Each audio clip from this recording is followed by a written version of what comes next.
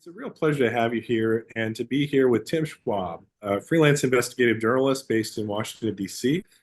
Tim's work has explored a range of issues that include the relationship between private interests in public policy, corporate influence in documentary filmmaking, and conflicts of interest in science.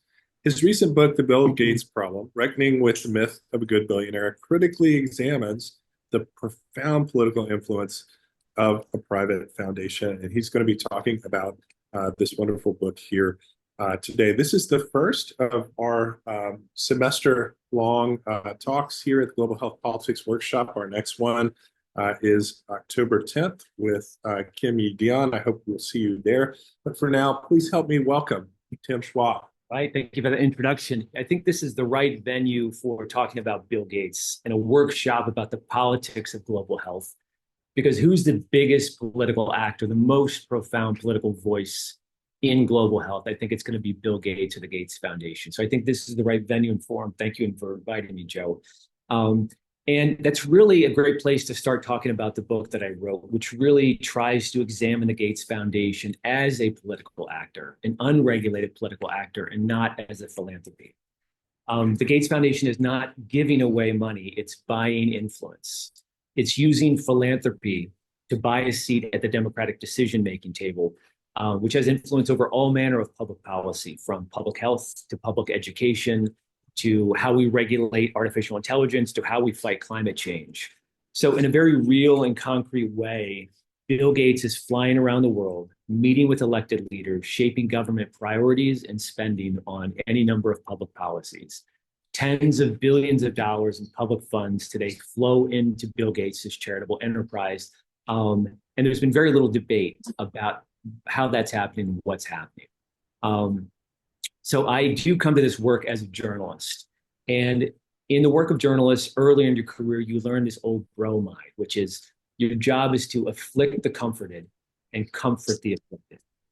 So if that is your job and you're reporting on Bill Gates, he's one of the most comforted and comfortable people in the world. He's one of the richest and very arguably one of the most powerful people in the world as well. So your job should not be to regurgitate the press releases of the Gates Foundation about its big ambitions, its big goals, the millions of lives the Gates Foundation is saving. The job of the journalist is to challenge power, to hold power to account, and to ask tough questions. So that's really the starting point for my book. I know many of the people here are academics, but I do come to this from maybe a little bit different lens as a journalist. I'm here to talk about the Gates Foundation's work in public health. But before I do that, I do want to set the scene with two quick slides about Gates's work in education and agriculture, just so that people understand the scale and scope of the Gates Foundation's political influence. And so they start to see some of the bigger themes that are going to emerge as I talk about Gates' work in public health. So this is reported in the last month. You have news organizations around the world profiling how organizations across the African continent are today calling on the Gates Foundation to pay reparations for all the damage its philanthropic work in agricultural development has done. Decades ago, Gates decided there was going to be a new green revolution in African agriculture, and he very quickly became one of the most powerful voices shaping African policymaking, regulations, rules, and agricultural development itself. Like the original Green Revolution, Gates wanted to use an input-intensive model, bringing in agrochemicals, new seeds, genetically engineered seeds. Independent experts at the time said it wouldn't work. Farmers said they didn't want to grow food in this way. Decades later, billions of dollars spent, it didn't work. Independent research shows that he did not accomplish what he said he would. He was going to cut hunger in half. In many of the countries where the Gates Foundation works, hunger has actually increased. But more than that, I think more poignantly is when your own intended beneficiaries are asking you to stop helping, like maybe that's the point that you check your hubris and you think, should we really be doing this work? So I think it's very powerful to see these groups across the African continent calling for reparations. And we see a similar story in the Gates Foundation's work in education, where Gates had a really radical political agenda to reform US education. People think of the Gates Foundation as this global organization working in poor nations. It's also working in rich nations like the United States. Gates wanted to change the architecture of schools, make smaller schools. wanted to create entirely new educational standards for American public schools, wanted to do a high stakes testing culture of standardized tests, which are very high stakes for both students and for teachers, and also the privatization of schools, so the imposition of charter schools. So these are all serial failures. They did not improve education, and they created a great deal of polarization within the education field among teachers, teachers' unions, parents, and students. So at this point, you have people like Bettina Love. This is a great book I recommend. She is calling for reparations from the Gates Foundation and other of these political reformers who have worked and caused so much destruction, that they should be paying reparations for all the harm that they've caused. So now we get to the Gates Foundation's work in global health. And early in my reporting, I was seeing these interviews with Bill Gates in which it was very clear that global health was the source of the Gates Foundation's biggest claims and most of its public relations firepower. You know, in education and agriculture, it didn't have a lot of wins and accomplishments it could point to, but in global health, it was doing something very big. It was saving lives, saving millions of lives. And I'm not going to show this video. This is the video that I think is from the Bill and Melinda Gates Medical Research Institute, but I double-checked and couldn't verify it, so I'm going to skip it. But they had this marketing slogan now, which says, "Our bottom line is lives saved." So that's become like the marketing slogan of the Gates Foundation. And they often present it with the, endless faces of nameless, smiling women and children of color. In 2017, the lives saved arm race reached a new zenith when the Gates Foundation announced that they had saved 122 million lives. So this is from an annual letter that they put out, Bill and Melinda put out in 2017. And if you scroll down, you'll see the source of this figure, 122 million lives, supposedly is this graph. And it doesn't, of course, say 122 million lives. So I'm trying to find the source of this information. Where do these numbers come from? I asked the Gates Foundation as a journalist to tell me, Gates in one interview is saying that his foundation is saving 6 million lives. And another interview will say 9 million lives. What do these numbers mean, if anything? Where do they come from? And the Gates Foundation wouldn't tell me. So you try and track down these grand claims that they're making about the millions of lives. So this says it's coming from the Brookings Institute. It's coming from The Economist. If you track down the Economist article, again, you don't see the number 122 million lives saved, but it mentions a Brookings study titled 7 million lives saved. Track down that study. Again, that study doesn't say anything about 122 million lives. So clearly there's some math, some analysis happening. Who did it and how did they arrive at the number? I contact the author of the Brookings study and he tells me the result one gets depends on the question, what the question one is asking. Different counterfactuals will give different answers. So this is probably obvious to everybody in this room, but the point is the Gates Foundation has a great deal of power and influence to decide which counterfactuals are asked and which ones aren't asked, which data is used and how the data is used, which authors have the funding and in which platform to amplify which results. And this gets to this question of epistemic power, the Gates Foundation's ability to write its own narrative and to shape what we know about the foundation and how we think about it. So the foundation has given more than $12 billion to universities. It's one of the single biggest private sector funders of universities. It's underwritten more than 30,000 academic articles. So it's a very substantial influence in academic research, which of course allows them to help shape the narrative around what we think about them. And so this is a quote from a high-ranking Gates Foundation executive in 2008. He told the press, "It would be suicidal for someone who wants a grant to come out and publicly criticize the foundation. The Gates Foundation is very sensitive to PR." So it's a lesson that it's a sentiment that he didn't really need to articulate because it had already been internalized by so many academic researchers who have come to depend on the Gates Foundation for funding. Academics have coined this term, the Bill chill, to describe the chilling effect in which you're afraid to bite the hand that feeds you. So you have all these knowledgeable people who are well positioned to criticize the foundation, but who are reluctant to, because so much of their work today depends on funding from the foundation. And it's not just academic researchers, it's also in my field in journalism. So The Gates Foundation says they've saved 122 million lives. Here's the Guardian, ready to tell the story, to amplify the story, how they saved 122 million lives and what they're going to solve next. So many different news outlets, the Gates Foundation puts out a press release, and news outlets journalists essentially become stenographers and retell that story. Now, how many people are going to read to the end of this very long story and see the fine print? The Bill and Melinda Gates Foundation funds the Guardian's global development site. So to date, that's $12.8 million from the Gates Foundation to the Guardian. There are few news outlets today that are untouched by Gates Foundation funding. Either Gates is funding them directly, or Gates has a relationship with individual columnists. The foundation is creating their own journalism NGOs. So I think that's one, but not the only, but one important explanation about why journalists have been so soft on the Gates Foundation over the years. And I think, generally speaking, have failed to do their job to afflict the comforted.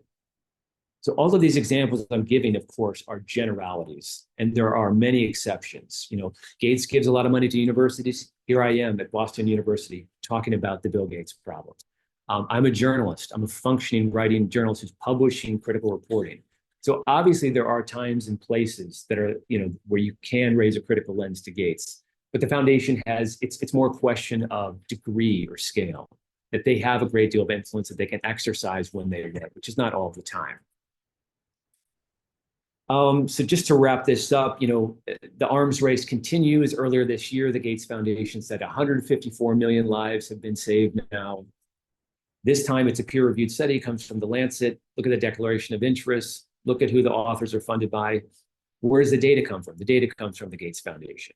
So there's it's hard to avoid seeing the foundation being able to really instrumentalize science, and at times instrumentalize journalism to not only to promote its own reputation and its brand, but again, to promote its own agenda about what's working, the merits of its interventions compared to other interventions. And that really has, I think, it shapes how we think about the Gates Foundation's work.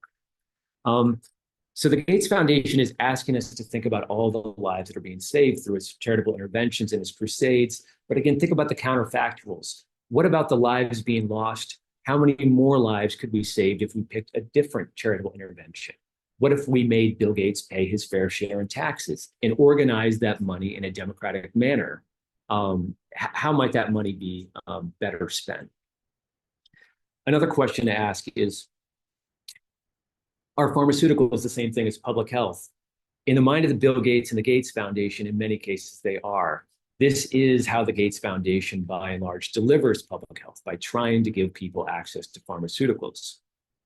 That is one way to save lives, improve lives, make progress in public health, by giving people vaccines and diagnostics and drugs.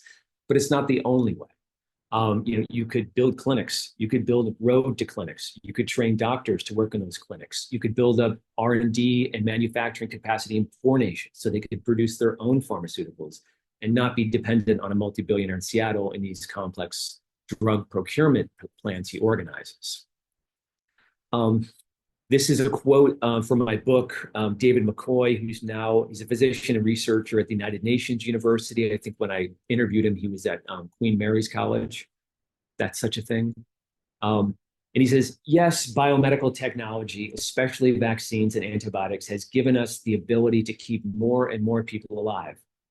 But this reliance on technology is fragile and ignores the fact that most premature mortality across the world is largely driven by poverty. Arguably, the heavy emphasis placed by the Gates Foundation on technology and Gates's active neglect of the social determinants of health mean the Gates Foundation is causing more harm than good. And the best distillation of this was the Gates Foundation's work in the pandemic. So the Gates Foundation played a very prominent role, especially to the WHO, of organizing the pandemic response. It became clear early on that we were going to solve the pandemic with a vaccine.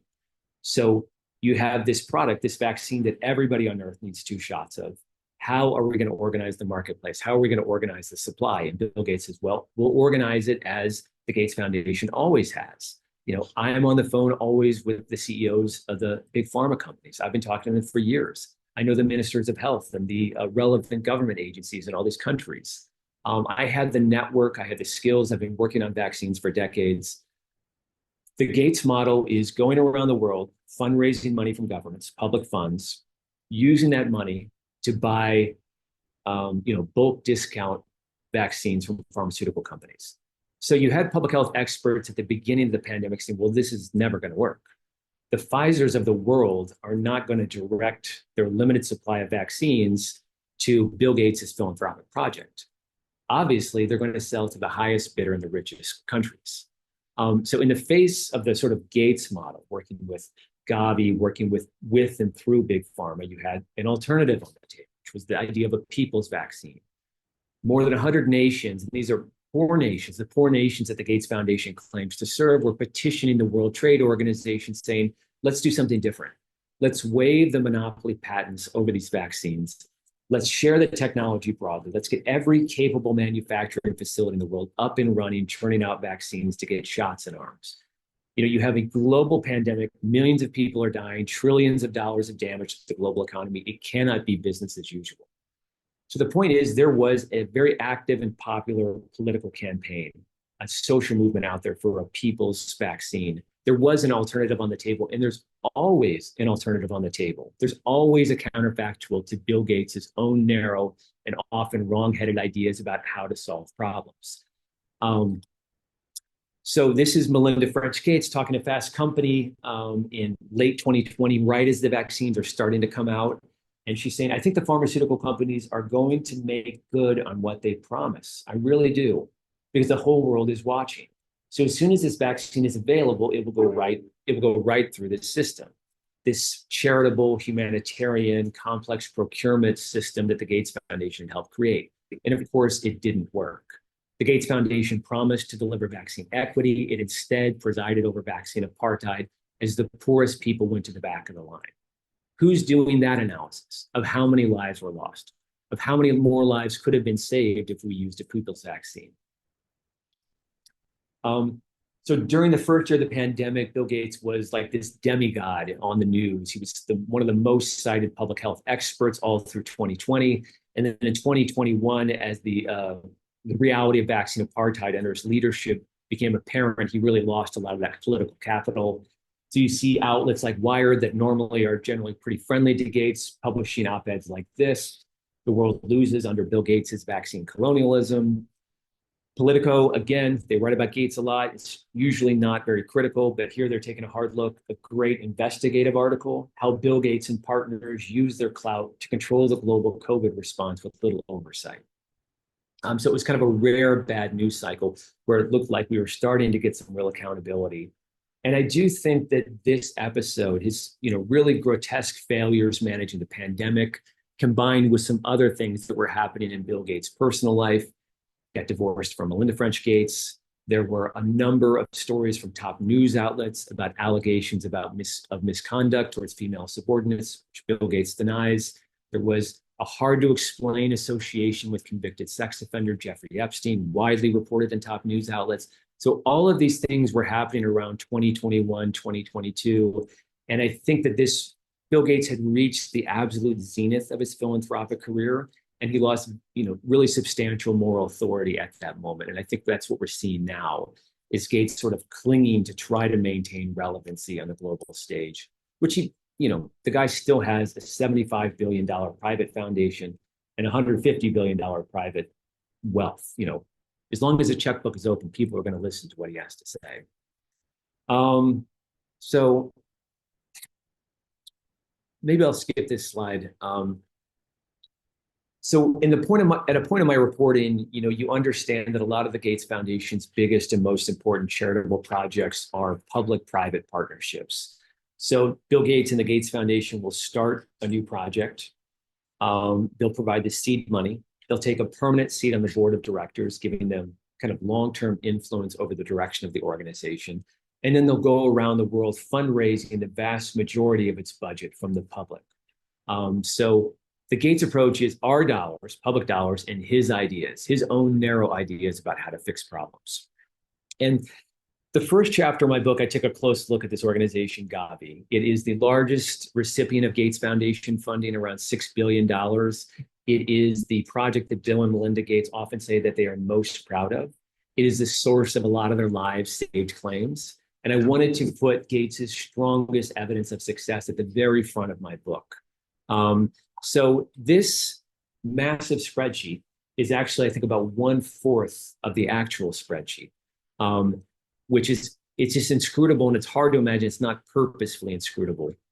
This is supposedly the proceeds and contributions. If you're an investigative journalist trying to follow the money, you want to actually see a document like this to actually see the money flows. But they make it very, very difficult to read what this says. But if you spend enough time and burn your eyes out, you'll arrive at the conclusion that I did, which is that it's Gavi.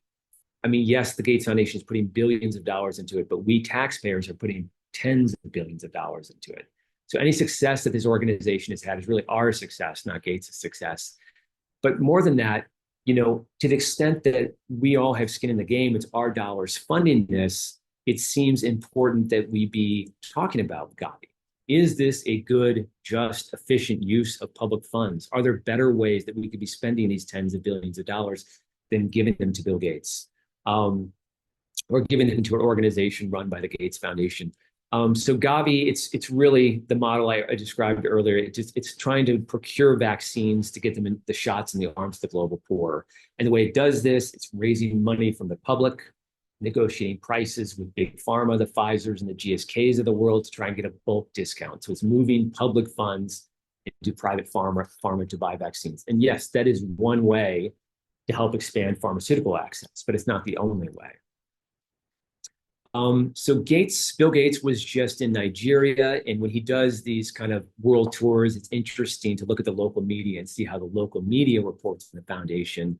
And it's generally pretty favorable, much like it is in the United States. But this article, I think, was kind of said something unwittingly, and that's, so the headline, I think, says one thing: Bill Gates advises against, in a meeting with Nigerian officials, advises against prioritizing local vaccine production.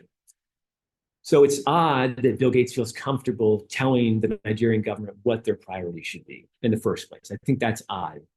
In the second place, he's saying vaccines are probably not the first thing that they, the Nigerians, would choose to do because of the regulatory complexity and scale economics.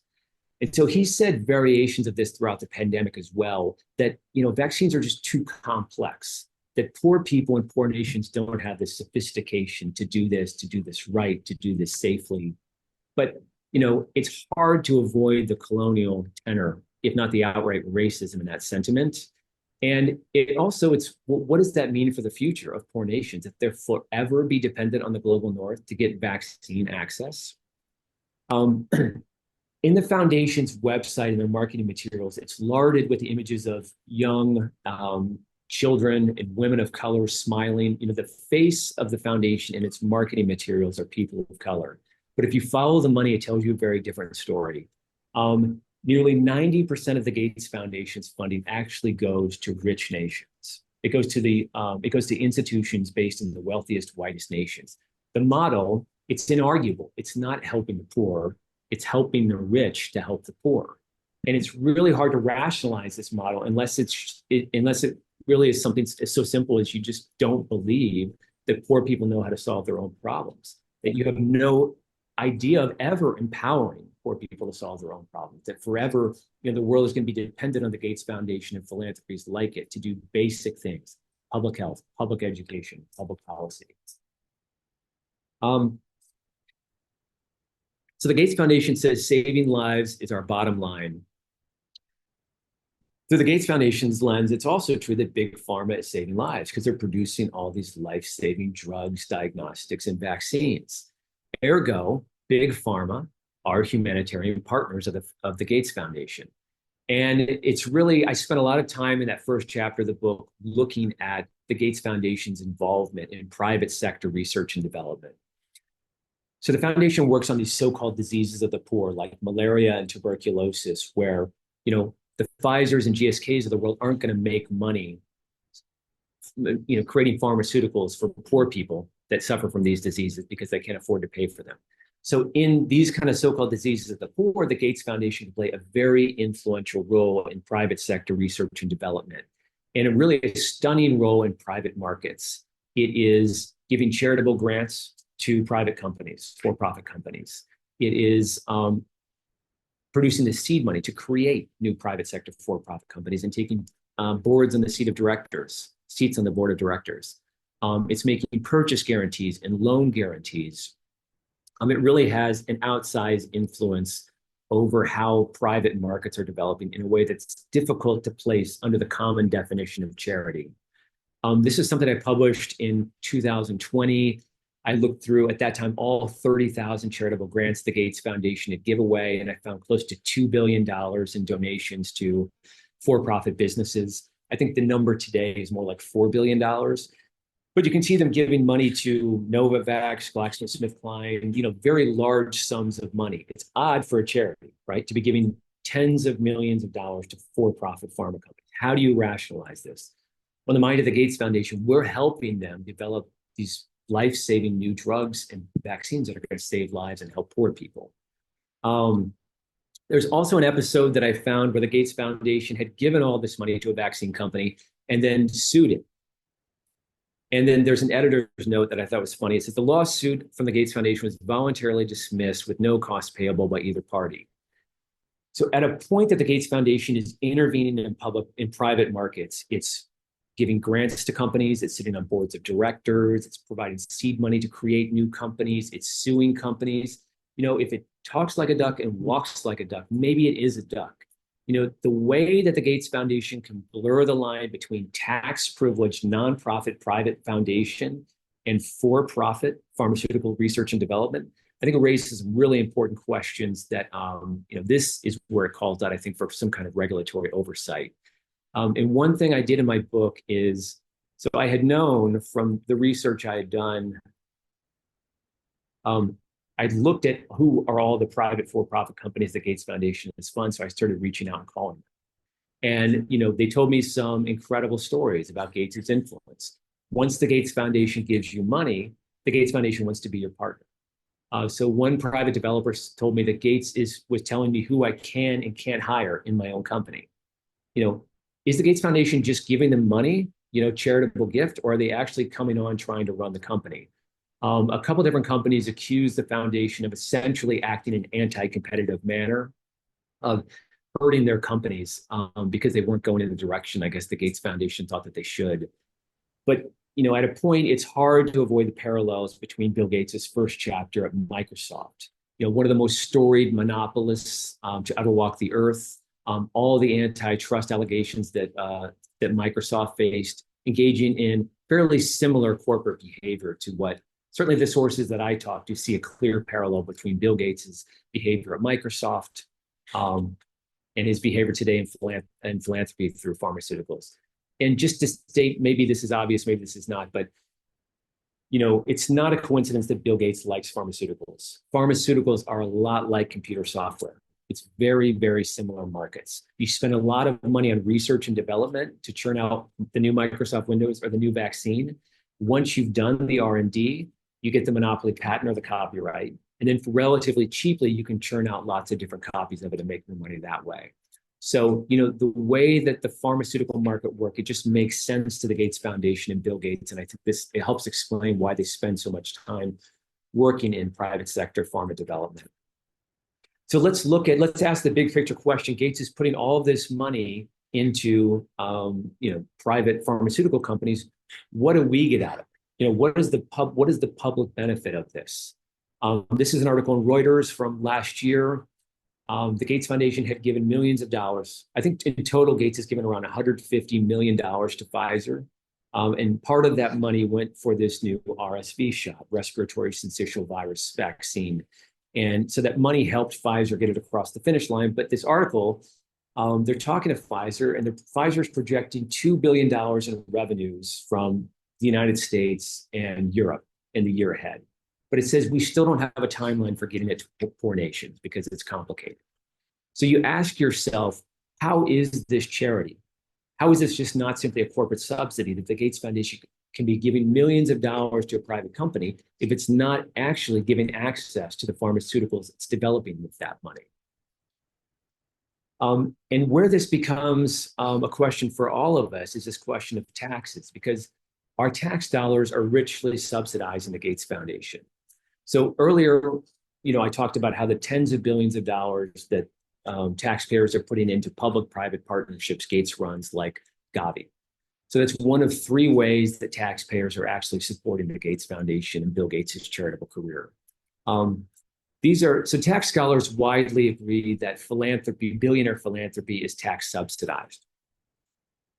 And what these scholars say, Ray Madoff is at Boston College Law School. This analysis says that for every dollar that a multi-billionaire gives away, donates in philanthropy, up to 74 cents of that dollar they would otherwise have to pay in taxes. So essentially what you're doing is you're allowing someone like Bill Gates to decide how his tax dollars are being spent. You and I don't have that privilege and entitlement. We can't decide how our tax dollars are spent. But Bill Gates, up to 74 cents of every dollar that Gates gives away, that's avoided taxes. So, that's up to 74%. I use a more round number, like 50 cents. But some large portion of every dollar that the Gates Foundation gives away is actually our money.